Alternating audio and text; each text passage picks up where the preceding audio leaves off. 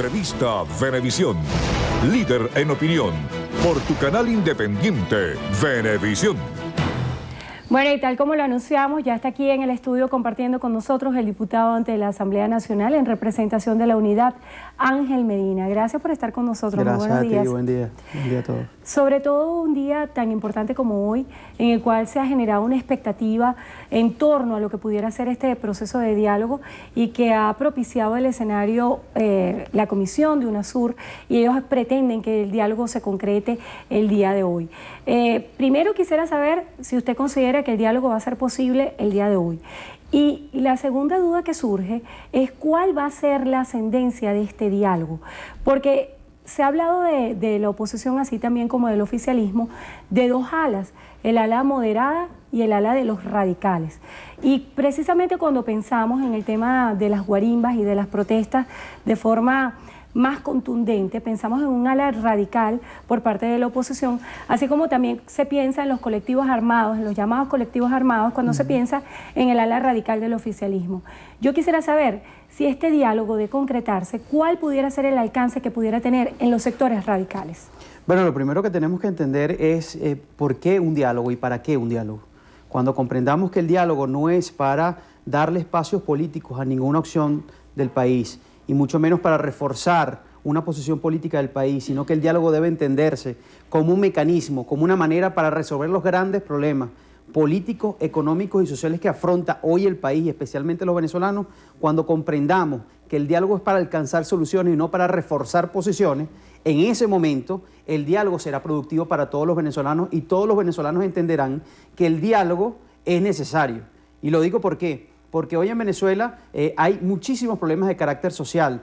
Hoy en Venezuela está planteada la renovación de los poderes públicos, pero todo ello tiene que estar aparejado de darle soluciones reales a los venezolanos. Por ejemplo, hoy los venezolanos todavía esperan que la salud no sea un tema privado, que los venezolanos hoy cuando van a un hospital tienen que terminar comprándose absolutamente todo para tener un tratamiento o para asistir a una intervención quirúrgica. Hoy los venezolanos, por ejemplo, están esperando que la justicia no sea un tema privado, donde el que tiene dinero accede a la justicia, el que no tiene dinero, bueno, tú ves cómo están nuestros centros penitenciarios en Venezuela, donde más del 95% de las personas que están ahí son de extractos humildes.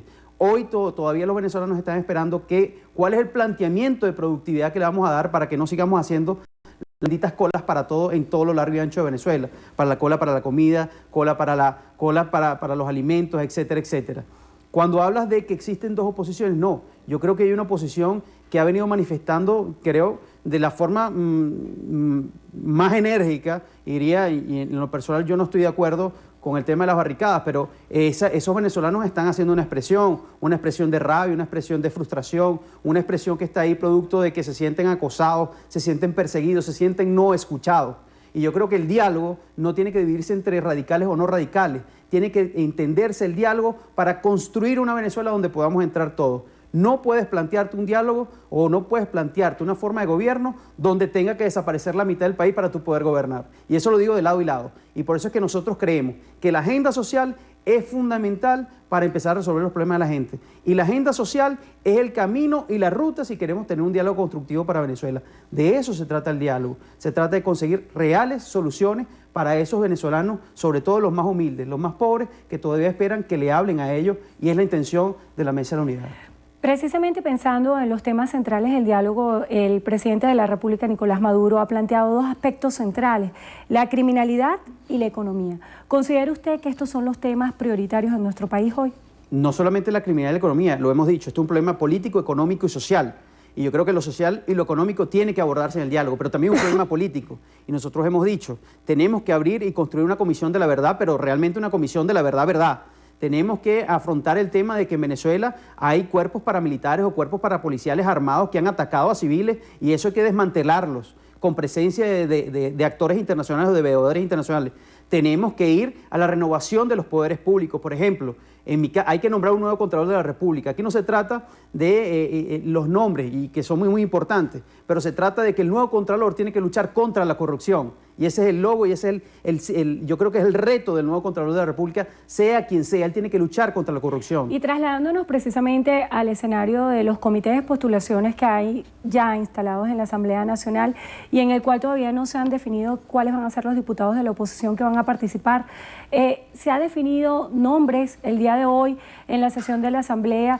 ¿Tiene prevista la MUD presentar quiénes van a integrar esas comisiones de postulaciones? Sí, en las próximas horas vamos a presentar los nombres de aquellos diputados y diputadas que van a participar en cada uno de esos comités, tanto para el Consejo Nacional Electoral como los que van a integrar el Poder Judicial y el tema del Poder Moral.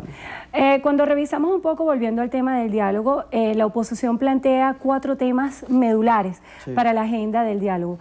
Yo quisiera que usted se detuviera un poco a pensar acerca de la representatividad que van a tener quienes vayan a acudir a este diálogo.